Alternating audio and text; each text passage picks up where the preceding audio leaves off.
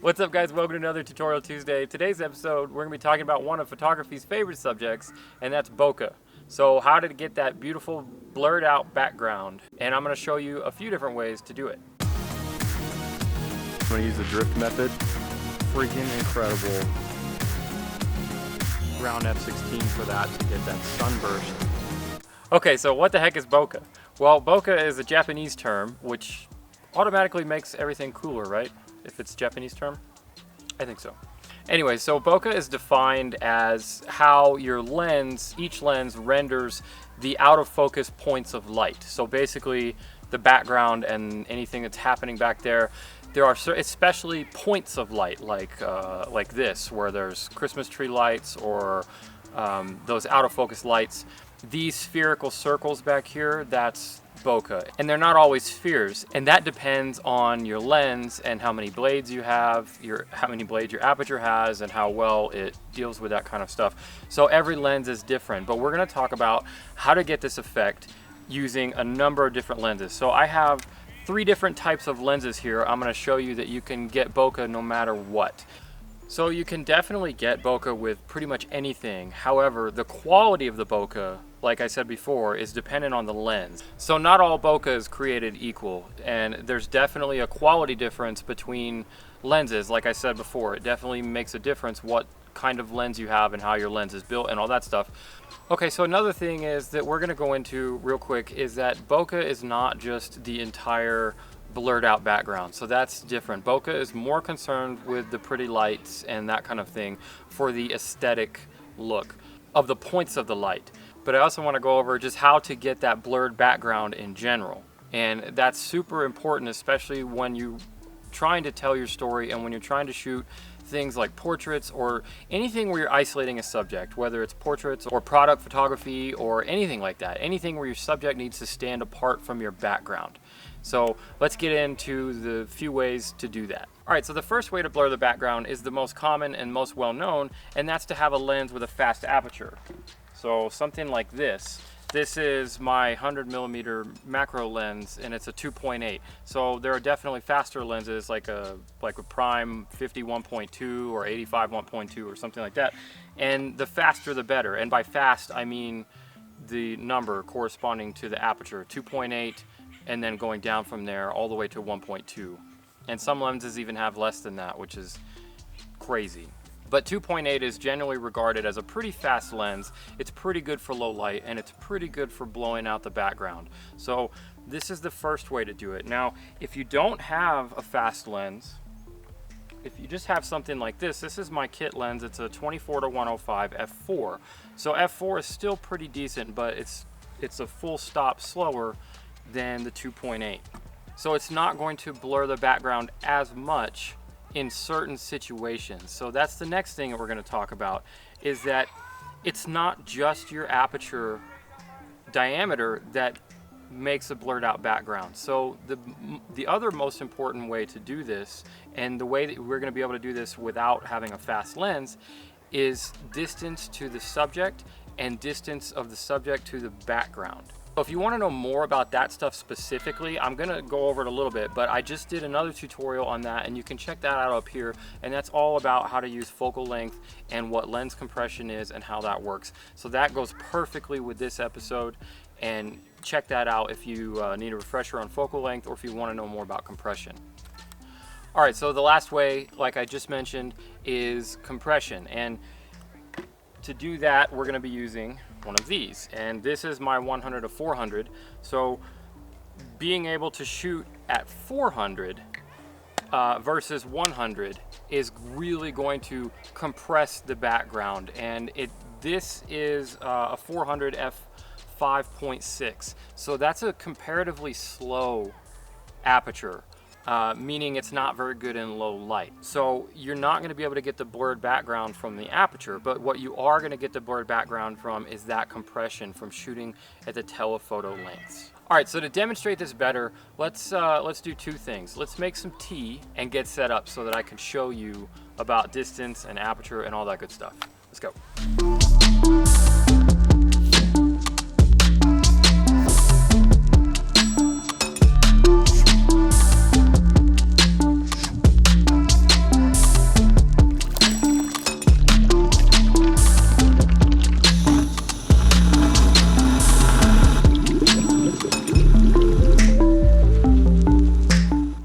we're all set up.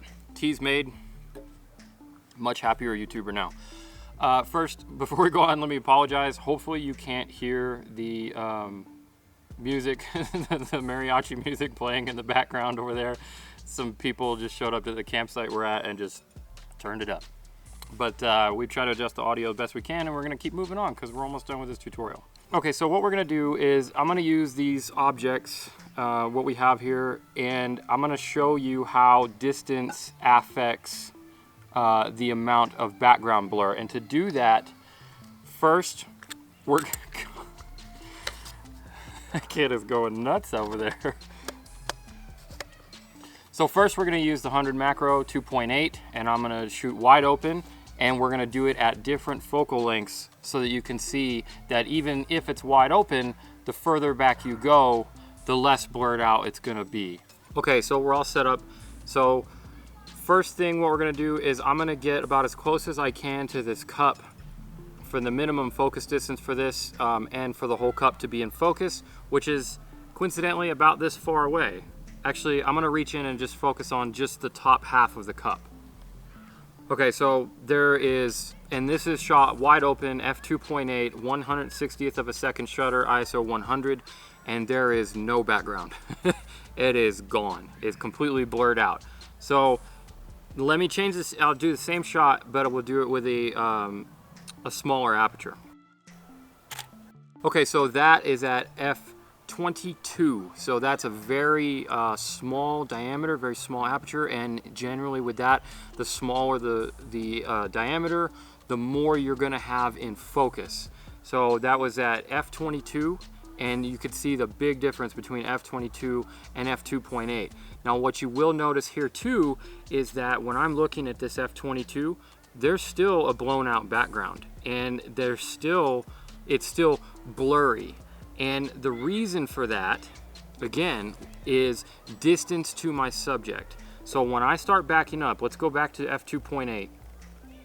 So I'm gonna start backing up this way and shoot just farther and farther away at 2.8. All right, so I'm gonna get up and go back here now. I'll see you in a second.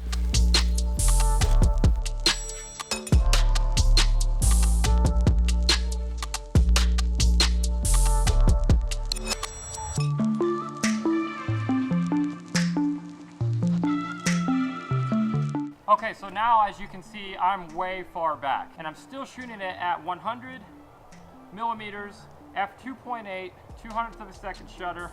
Okay, so those are done. So now let's switch lenses and put a slower lens on and a wider lens. So I'm putting my 24 to 105 f4 back on, and we're gonna be shooting at f4 for this, since that's the widest this can do. So, and one thing real quick too, again, so I'm gonna shoot first at the minimum focus distance from here to the lens, which is like around a foot for this thing. 1.5 feet is the minimum focus distance for this. So at 24 millimeters, so at f4, so let's see what that looks like.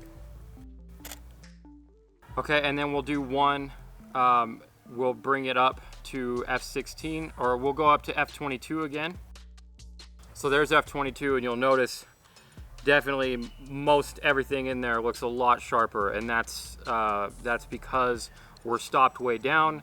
Okay, so already you can see how having a faster lens is definitely gonna help. So that's with it at 24 millimeters at f4, which is, again, the fastest this lens can go. But how can we get more blurred out background of this cup with this lens on at f4?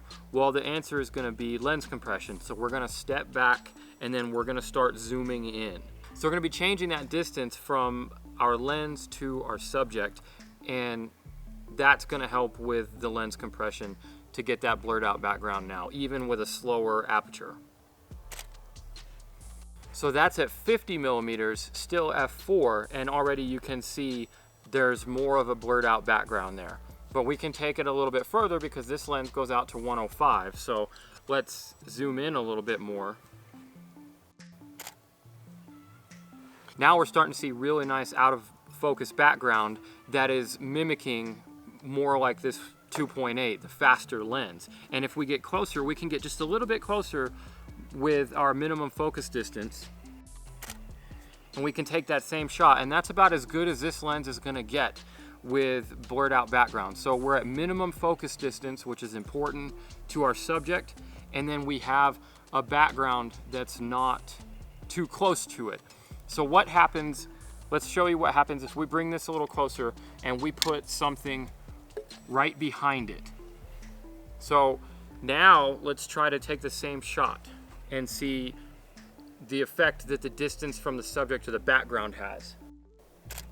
So what you'll notice here, f4 again, and we're at 105 millimeters minimum focus distance, but now that we have this background here, the words there are clearly legible, so you can still see that. But if I bring this forward, I'm gonna have to get back a little bit, and I take the same shot again,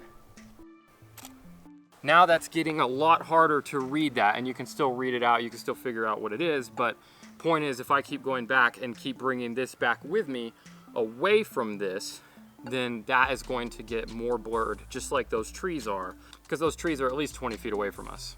So that's what's important, is bringing your subject away from your background. Okay, so let's take that a little bit further and go to the super telephoto. So we've maxed this lens out in terms of what it can do. So let's switch it out and go to 400. So we'll get rid of this because I think the point was made for that. Now we're just gonna use those trees. So I'm gonna put this back. So minimum focus distance for this is like 3 feet. So I have to get back just a little bit more. Okay, so that's gone. That background is gone. That's at 400 millimeters at f5.6. That background is just gone. So we can step it up a little bit. I'll take the same shot and I'll do it again at f22. Okay, so that was at f22, minimum focus distance for this, which is about 3 feet. And the background is still nice and blurred. It looks very similar to something you might have expected from an f4 or even an f2.8. And again, that's compression. So you don't have to have a fast lens to get that beautiful background. You just need to have focal length and distance, know the distance between your subject and your background. So when you have all of those things and you know all of those things, it doesn't matter if you have a crappy kit lens or a super telephoto like this or something super fast, you can get that beautiful background blurred out. All right, so that's how we're getting that blurred out background with a myriad of different lenses. So let's talk about bokeh real quick. So in order to get that bokeh look and have your images look bokeh-licious, if you will, you can use the same techniques I just showed you, but remember it's going to depend on the lens. But let's talk about a couple of things to help you out and get the best bokeh for your setup. So what you want to do is, again, you want, like if you're having those Christmas lights or something, or if you have some pointed lights or whatever, and you want those nice spherical looking lights and a pretty bokeh like this, what you're gonna wanna do is you're gonna want to, again, separate the lights from the subject. Get your subject farther away from those lights. So you don't put the lights right here and have your subject right here. Even with a super shallow depth of field, even with a super fast aperture, that's still not gonna help. You need to distance your subject from those lights. And the bigger the lights, the bigger the spherical bokeh will happen. But just keep in mind, if you go too far away, then you're gonna start losing the size and everything. So you need to find that sweet spot between the distance of your subject to the distance of the lights that you want to create that bokeh.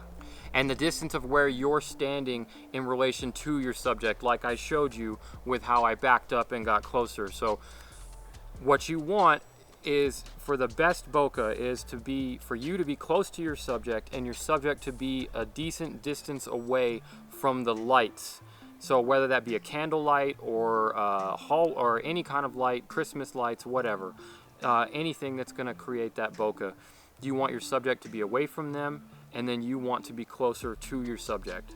Okay, so the last thing that I have to add to that is, to get the best bokeh, this depends on lenses. So I'm not gonna go through a bunch of lenses and tell you where the sweet spots are, is because I don't have all those lenses and that would take forever. So there are sweet spots for bokeh to get the most spherical, beautiful looking bokeh as possible with whatever lens you have. And like I said, again, just remember, not all lenses are equal when it comes to how their bokeh looks, but Every lens does have its sweet spot. It's usually somewhere close to wide open, but not always wide open. At wide open, it might make a little bit more of a distorted look, or not quite as spherical as if you stop down like a third or 2/3 of a stop. So you're gonna have to play with that and find the sweet spot for the bokeh for every lens that you have. All right guys, so I'm gonna wrap it up here. Hopefully that gives you everything you need to know about how to create those beautiful blurred out backgrounds and get that beautiful bokeh in your images. And if you have any questions about anything that I went over, or anything that I missed, or anything that you wanna know about focal length and bokeh and background blurring and all that good stuff, leave those in the comments below and I'll definitely answer them. If you like this stuff and you want to see more, definitely make sure you subscribe to the channel, because I've got new videos every Tuesday and Friday. And make sure you hit that like button if you really enjoy this video, because it really helps me out. Thanks for watching. I'll see you in the next video.